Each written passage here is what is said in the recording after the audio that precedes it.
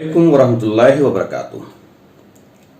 दीन का डिफिनेशन हमने कुछ इस तरह पेश किया कि बहुत सारे लोग ऐसे हैं जो बहुत दीनदार हैं और उनका वर्क, उनका काम खुद उनके पर्सनल और खुद अल्लाह के नज़र में इंशाअल्लाह वो बहुत बड़ी होगी, लेकिन उनके जहन में ये बात आती है कि मैं दीन का काम नहीं कर रहा हूँ या मुझसे दीन का काम नहीं हो रहा है जितना करना चाहिए।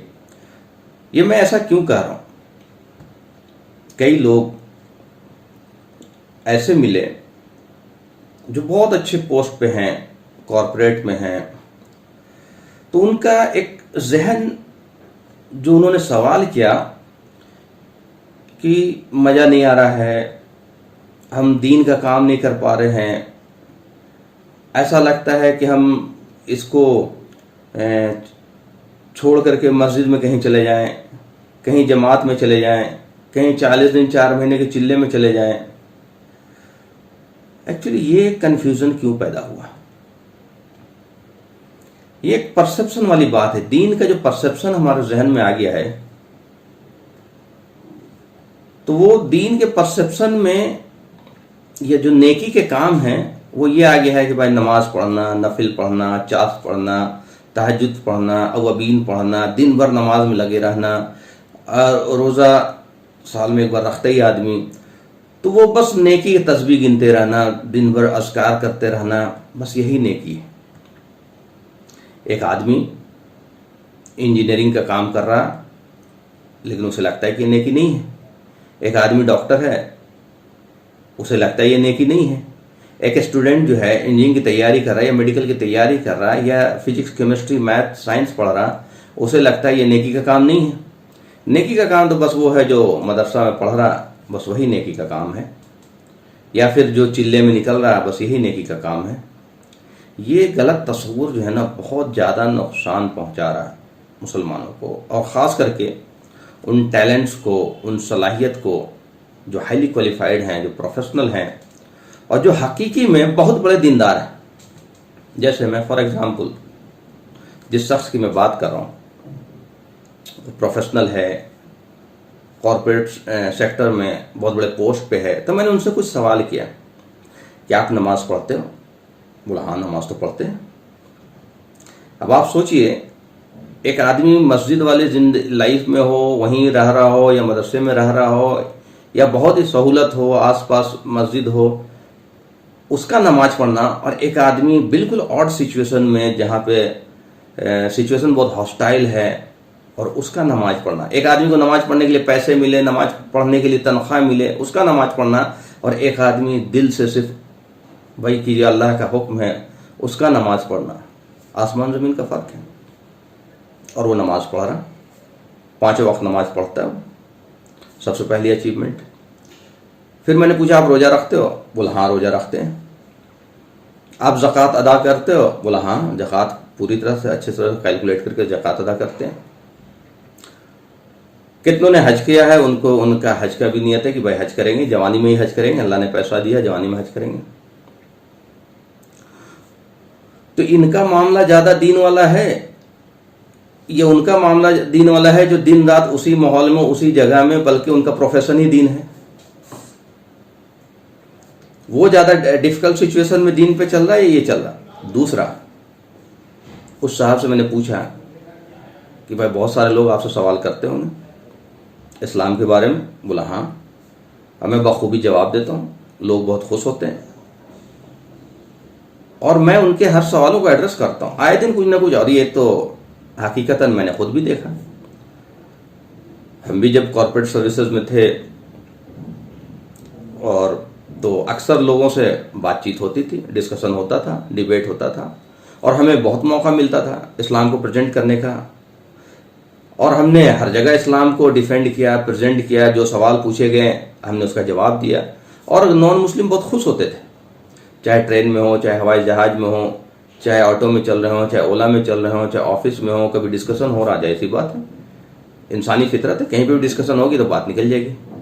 ये मौका उनको बहुत ज़्यादा मिलता है जो कॉरपोरेट सेक्टर में है या जो बाहर सर्विस कर रहे हैं, जो बाहर जिनका एक्सपोजर है, चाहे वो बिजनेस कर रहे हैं, चाहे वो डॉक्टर हैं, चाहे वो प्रोफेशनल हैं, ये मौका मदरसे वाले को नहीं मिलता।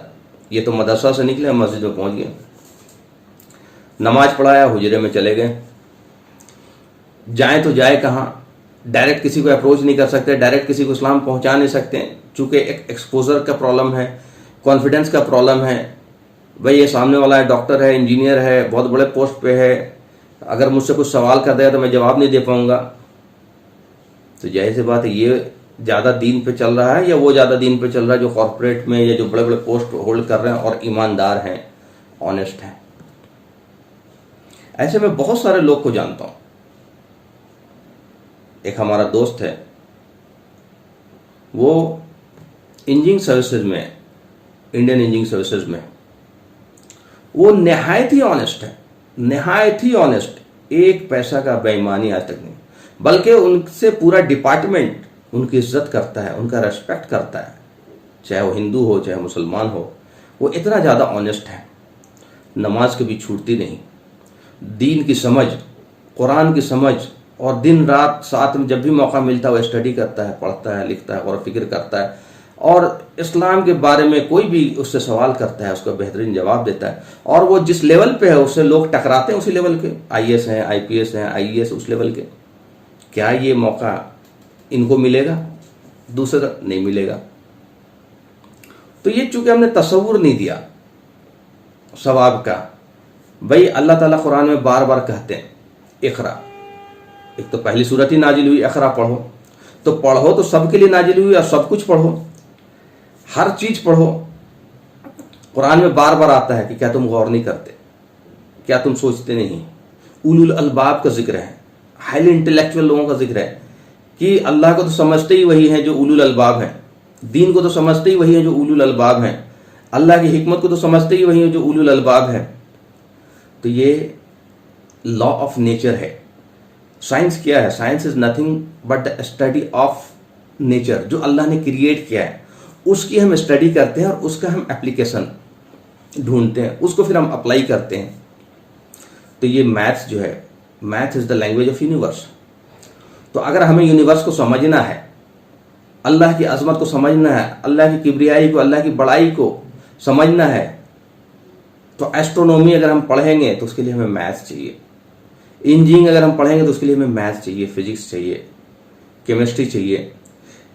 कुरान में आता है कि हम तुम्हें जरूर निशानियां दिखाएंगे तुम्हारे जिस्म में भी और ऊपर यूनिवर्स में भी, ताकि तुम्हें यकीन आ जाए कि तुम्हारा रब का होना हक है और ये क्रिएशन जो है उसका एक क्रिएटर है और उसी की तरफ तुम्हें लौटना है और वहां तुम्हारा हिसाब किताब होना है।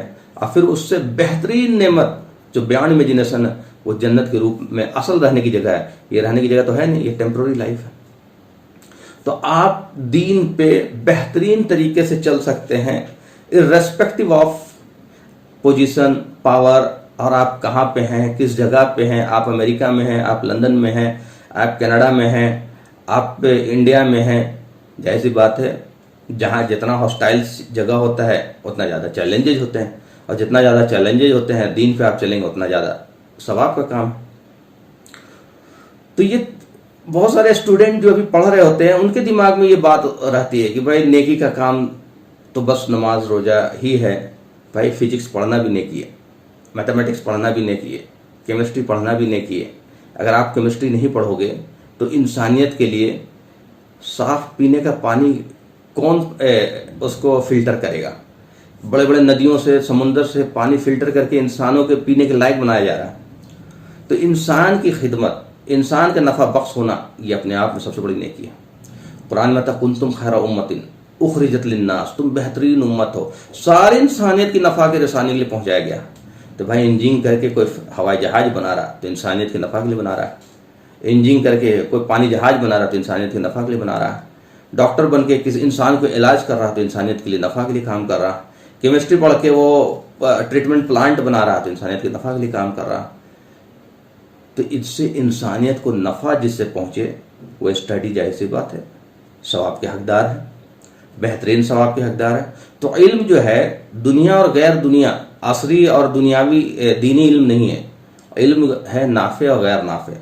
वो इल्म जिससे इंसानियत को नफ़ा पहुँचे और वो इल्म जिससे इंसानियत को नुकसान पहुँचे। तो आप अगर कोई इल्म हासिल करते हैं, चाहे वो कुरान के इल्म हो, चाहे वो हदीस का इल्म हो, चाहे वो साइंस के इल्म हो, चाहे फिजिक्स केमिस्ट्री मैथ, उससे अगर इंसानियत को नफ़ा पहुँचता है तो ये इल्म आपके लिए बाश सवाब, बेहतरीन नेकी, बेहतरीन अजर। और आप उस इल्म के ज़रिए सिर्फ इल्म के ज़रिए आप पैसे नहीं कमाते, आपका जहन बनता है, आपकी सलाहियत बढ़ती है, आपकी समझने की सलाहियत बढ़ती है। आप कुरान भी बेहतरीन तरीके से समझ सकते हो, दीन भी बेहतरीन समझ सकते हो, और बेहतरीन तरीके से आप इस्लाम को प्रेजेंट कर सकते हो, खुद अपने कैरेक्टर से, खुद अपनी अखलाक से, और उनको जो है फ़ायदा पहुंचा करके। तो ये हर चीज़ जो है पढ़ना चाहिए, फिजिक्स हो, केमिस्ट्री हो, बायोलॉजी हो, साइंस हो, ये सब बायस सवाब है, बेहतरीन सवाब है।